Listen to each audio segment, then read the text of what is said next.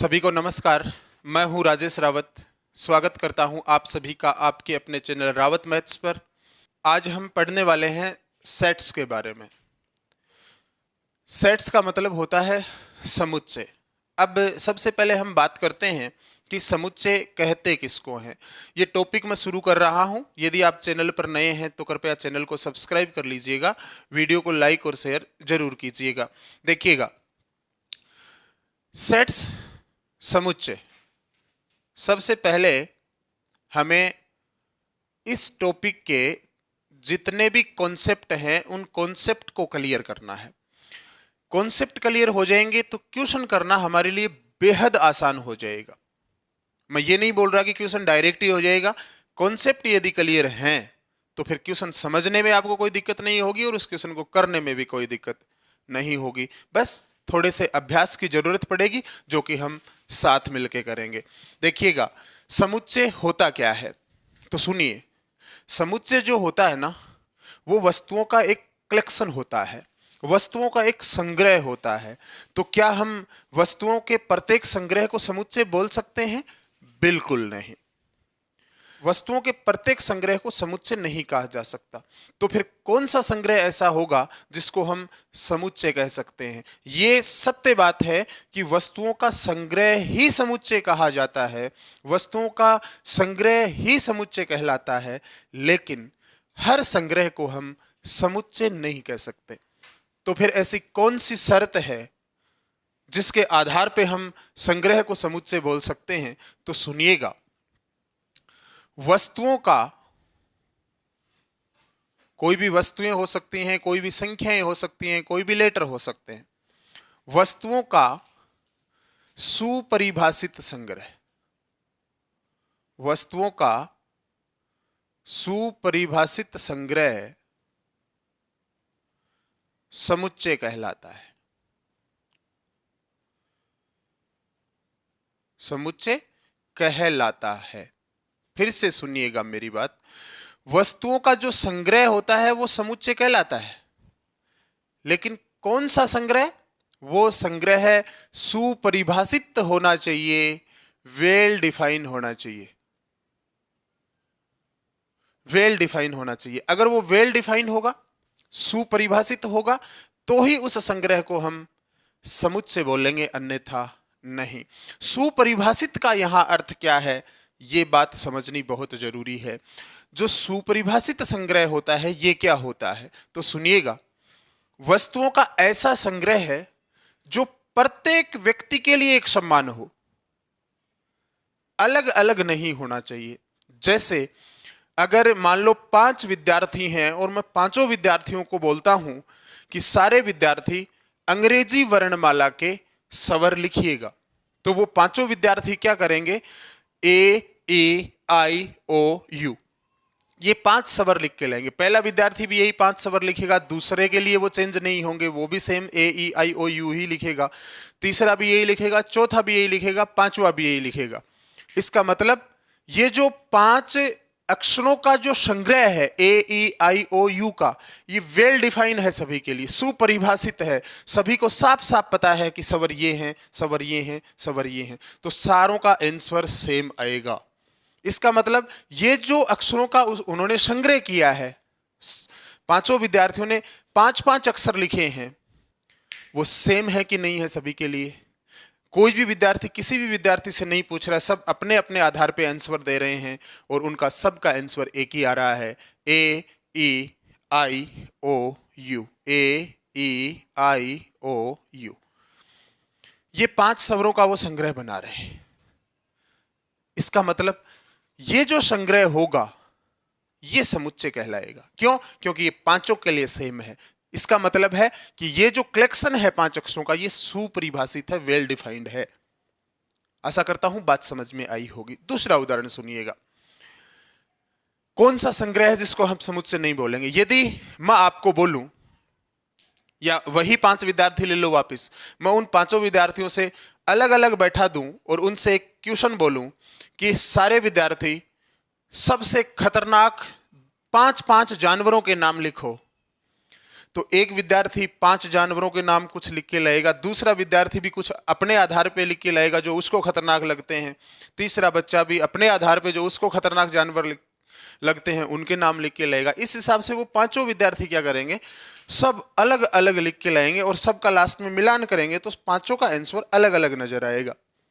हो सकता है उनमें एक दो अवयव मेल खा जाए, लेकिन सारे मेल नहीं खाएंगे।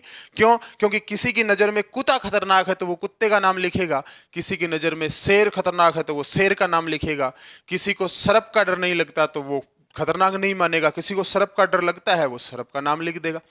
कहने का मतलब उन सब के आंसर अलग अलग मिलेंगे। इसका मतलब उन्होंने जो 5-5 नामों का संग्रह किया है वो सब अलग अलग है, सभी के लिए सेम नहीं है। इसका मतलब ये कलेक्शन वेल डिफाइंड नहीं है, सुपरिभाषित नहीं है। तो हमारा आंसर होगा कि ये जो समुच्चय, ये जो संग्रह है ये वेल डिफाइंड नहीं है, इसलिए इस संग्रह को हम समुच्चय नहीं बोल सकते। तो आशा करता हूं बात समझ में आई होगी कि समुच्चय किसको कहते हैं। वस्तुओं के संग्रह को ही समुच्चय कहते हैं, लेकिन वस्तुओं के हर संग्रह को आप समुच्चय नहीं कहेंगे, वो संग्रह सुपरिभाषित होना चाहिए। सुपरिभाषित का अर्थ अभी अभी मैंने समझाया है कि जो संग्रह वस्तुओं का इस व्यक्ति के लिए है वही संग्रह सेम इस व्यक्ति के लिए भी, सभी के लिए सेम होना चाहिए। तो वो वेल डिफाइंड है, उस संग्रह को हम सेट बोलेंगे, समुच्चय बोलेंगे। आशा करता हूं बात समझ में आई होगी। अब सुनिएगा, समुच्चय जो होता है इसको अंग्रेजी वर्णमाला के कैपिटल लेटर से दर्शाया जाता है। पहली बात आपको याद रखनी है, पहली बात क्या याद रखनी है, समुच्चय को अंग्रेजी वर्णमाला के, ध्यातव्य पॉइंट है, याद रखना है, अंग्रेजी वर्णमाला के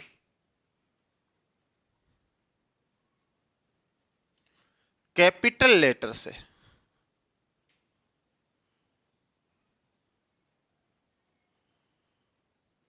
दर्शाया जाता है।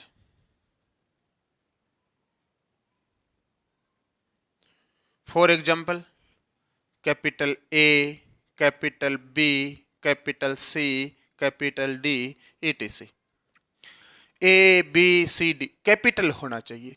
कोई भी सेट आप दर्शाओगे तो उसे अंग्रेजी वर्णमाला के कैपिटल लेटर से लिखोगे, ए से या बी से या सी से,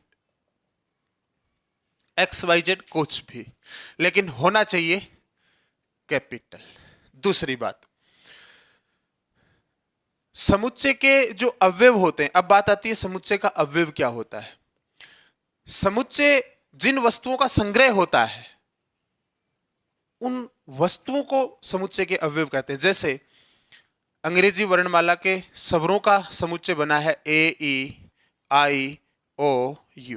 ये 5 स्वर हैं, इनको मैंने एक साथ लिख दिया मजला कोष्टक के अंदर, धनु कोष्टक के अंदर, अनु कोष्टक के अंदर, मिडल ब्रैकेट के अंदर, AEIOU। तो ये जो है ये एक सेट है जिसे मैंने कैपिटल लेटर ए से लिख दिया कि ये ए सेट है। इसमें जो AEIOU है ये इन अक्षरों का संग्रह है। तो ये जो अक्षर होंगे ना, ये अक्षर इस सेट के एलिमेंट्स कहलाएंगे, इस सेट के अवयव कहलाएंगे। फिर से सुनिएगा, समुच्चय जिन वस्तुओं का संग्रह होता है उन वस्तुओं को समुच्चय के अवयव कहा जाता है। अवयव को किससे दर्शाया जाता है? समुच्चय को तो अंग्रेजी वर्णमाला के कैपिटल लेटर से दर्शाया जाता है। तो समुच्चय के जो अवयव होते हैं, दूसरा ध्यातव्य पॉइंट आपको लिखना है, समुच्चय के अवयव को, समुच्चय के अवयव को अंग्रेजी वर्णमाला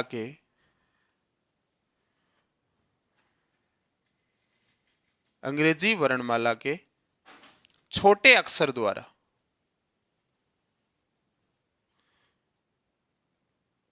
दर्शाया जाता है।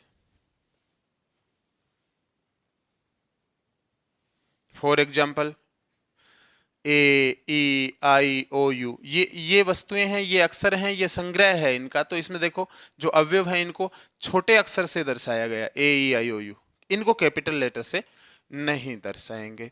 तो ले दे के मैंने 3-4 बातें आपको बता दी। समुच्चय वस्तुओं का सुपरिभाषित संग्रह समुच्चय कहलाता है। समुच्चय को अंग्रेजी वर्णमाला के कैपिटल लेटर से दर्शाया जाता है। समुच्चय के अवयव को अंग्रेजी वर्णमाला के स्मॉल लेटर छोटे अक्षर द्वारा दर्शाया जाता है। सुपरिभाषित का मतलब आपको साफ साफ पता होना चाहिए कि ऐसा संग्रह है जो सभी के लिए सेम हो, सुपरिभाषित संग्रह कहलाएगा। और ऐसा संग्रह जो सभी के लिए सेम नहीं है, वेल डिफाइन नहीं होगा, उसे हम समुच्चय नहीं बोलेंगे। आशा करता हूं बात समझ में आई होगी। अब हम आगे बढ़ते हैं और पढ़ते हैं समुच्चय को निरूपित करने की कितनी विधियां हम काम में लेंगे और कौन कौन सी विधियां होती हैं। समुच्चय निरूपण की विधियां। समुच्चय निरूपण की विधियां। समुच्चय को निरूपित करने के लिए मुख्यतया दो विधियां काम में ली जाती हैं। नंबर एक, कितनी विधियां? दो विधियां। नंबर एक, सूची विधि।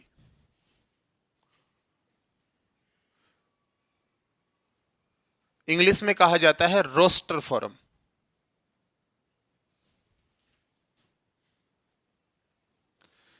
समुच्चय निरूपण की दो विधियां हैं और दो विधियों में पहली विधि है सूची विधि या रोस्टर विधि या रोस्टर रूप, जिसे सारणीबद्ध रूप भी कहा जाता है। तीसरा नाम और लिख लो, सारणीबद्ध रूप।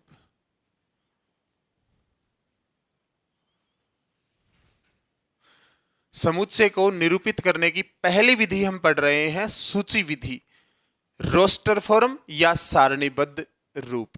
सूची विधि में क्या होता है, समुच्चय के जितने भी अवयव हैं उन सब अवयव को अंग्रेजी वर्णमाला के छोटे अक्षर द्वारा दर्शाएंगे अगर वर्णमाला के अक्षर हैं तो, और अगर वस्तुएं हैं तो उन वस्तुओं को हम अलग अलग दर्शाएंगे। अलग अलग दर्शाने के लिए आप कोमा का उपयोग करेंगे। जैसे अंग्रेजी वर्णमाला के स्वरों का संग्रह कोई, तो मैं लिखूंगा ए, ई, आई, ओ, यू। ये अंग्रेजी वर्णमाला के मैंने स्वर लिख लिए। रोस्टर रूप, सारणीबद्ध रूप की मैं बात कर रहा हूं। फिर इन पांचों स्वरों को अलग अलग दिखाने के लिए इनके बीच में कोमा लगा दो और इन सब अवयव को मझला कोष्ठक में बंद कर दो। कर दिया और इसे लिख दो कैपिटल लेटर ए से। मतलब ये एक ए सेट है, ए समुच्चय है सारणीबद्ध रूप में, जिसमें ए, ई, आई, ओ, यू ये पांच अवयव हैं। पांचों अवयवों को कोमा के द्वारा अलग अलग दर्शाया है और सबको मझला कोष्ठक में बंद कर दिया। मतलब सारणीबद्ध रूप में क्या होता है, जितनी भी वस्तुएं होती हैं उन सब वस्तुओं को बीच में कोमा लगाते हुए अलग अलग लिख दिया जाता है और सब वस्तुओं को मझला कोष्ठक के अंदर बंद कर दिया जाता है। मझला कोष्ठक में बंद करने के बाद capital letter A, B, C, D किसी से भी आप इसे दर्शा सकते हैं। ये होता है रोस्टर रूप। ध्यान रखने वाली बात इसमें यह है कि रोस्टर रूप जो होता है इसमें अवयव के क्रम का कोई महत्व नहीं होता। मतलब ये है, ए चाहे पहले लिखो, चाहे बीच में लिखो, चाहे बाद में लिखो, क्रम महत्वपूर्ण नहीं है। यू यहां मैंने लास्ट में लिखा है, मैं पहले यू लिख देता बाद में ए लिख देता तो भी कोई दिक्कत इस रूप में नहीं होनी थी। मतलब पहला पॉइंट ध्यान में रखना है कि सारणीबद्ध रूप में जितने भी अवयव हैं इनको अलग अलग दर्शाने के लिए कोमा का प्रयोग करेंगे। कोमा लगाने के बाद में सब अवयव को मझला कोष्ठक में बंद करेंगे। बात ध्यान में रखने वाली ये है कि किसी भी अवयव को कहीं रख दो, बस अवयव शामिल होना चाहिए, क्रम का कोई महत्व नहीं है। और लास्ट एंड फाइनल बात काम की है याद रखने वाली कि सारणीबद्ध रूप जो होता है, रोस्टर रूप जो होता है, इसमें किसी भी अवयव की पुनरावृत्ति नहीं होनी चाहिए। पुनरावृत्ति नहीं होनी चाहिए, इस बात का क्या मतलब है? इस बात का मतलब यह है कि कोई अवयव यदि एक बार आ गया तो अब ये दोबारा चाहे 50 बार आता हो आपके संग्रह में, लेकिन आपको सिर्फ एक ही बार लिखना है। ए चाहे 10 बार है आपके पास, आपको अगर संग्रह में दर्शाना है, समुच्चय में दर्शाना है, तो आपको केवल और केवल रोस्टर रूप की बात कर रहा हूं मैं, एक बार ही लिखा जाएगा। चाहे वो पहले लिख दो, चाहे लास्ट में लिख दो, चाहे बीच में लिख दो, मतलब किसी भी अवयव की पुनरावृत्ति नहीं होगी। वो अवयव जो एक बार लिखा जा चुका उसे दोबारा नहीं लिखा जाएगा। आई बात समझ में? तो ले दे के 2-3 बातें ध्यान में रखनी है। प्रत्येक अवयव को कोमा लगा के दर्शाएंगे अलग अलग, मजला कोष्टक में बंद कर देंगे। तीसरी बात, क्रम का कोई ध्यान नहीं रखा जाता है। और चौथी बात, कोई भी अवयव है उसकी पुनरावृत्ति नहीं करेंगे। आशा करता हूं रोस्टर रूप समझ में आया होगा। नेक्स्ट देखिएगा,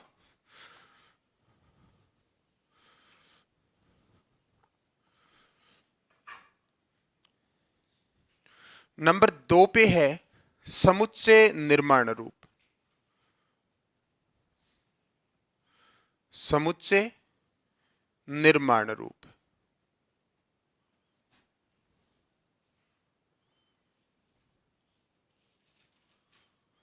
समुच्चय निर्माण रूप, ये समुच्चय को निरूपित करने की दूसरी विधि है। समुच्चय निर्माण रूप में क्या होता है, जैसे मान लो रोस्टर रूप लिख रहा हूं मैं, A, E, I, O, U। ये अंग्रेजी वर्णमाला के स्वरों का समुच्चय है जो कि रोस्टर रूप है, सारणीबद्ध रूप है। मुझे इसे कन्वर्ट करना है समुच्चय निर्माण रूप में, तो मैं कैसे बदलूंगा? मतलब मैं आपको इस एग्जाम्पल के माध्यम से समुच्चय निर्माण रूप समझाना चाह रहा हूं। तो देखिएगा, समुच्चय निर्माण रूप में क्या होता है, सेट को कैपिटल लेटर से ही लिखना है, सब मजला कोष्टक के भीतर ही लिखे जाएंगे। इतना काम करने के बाद में आपको क्या करना है, जितने भी अवयव हैं, कितने हैं यहाँ, 1 2 3 4 5 अवयव हैं, इन पांचों को आपको x समझ लेना है, मतलब इनको x मान लेना है। ये लो, ये प्रत्येक अवयव के लिए कर रहा हूं मैं x। ये x क्या है, x, A, E, I, O, U, सबको मैं x मान ले रहा हूं। मतलब इस समुच्चय के जितने अवयव हैं सबको मैंने क्या मान लिया, x मान लिया। अब मैं सच दैट का निशान लगाऊंगा और इस x के बारे में एक्सप्लेन करूंगा, x का एक विशेष गुण बताऊंगा कि ये x है क्या। तो आप देख रहे हैं यहां A, E, I, O, U क्या है, स्वर है अंग्रेजी वर्णमाला के। तो मैं x के बारे में दर्शाऊंगा कि x एक अंग्रेजी वर्णमाला का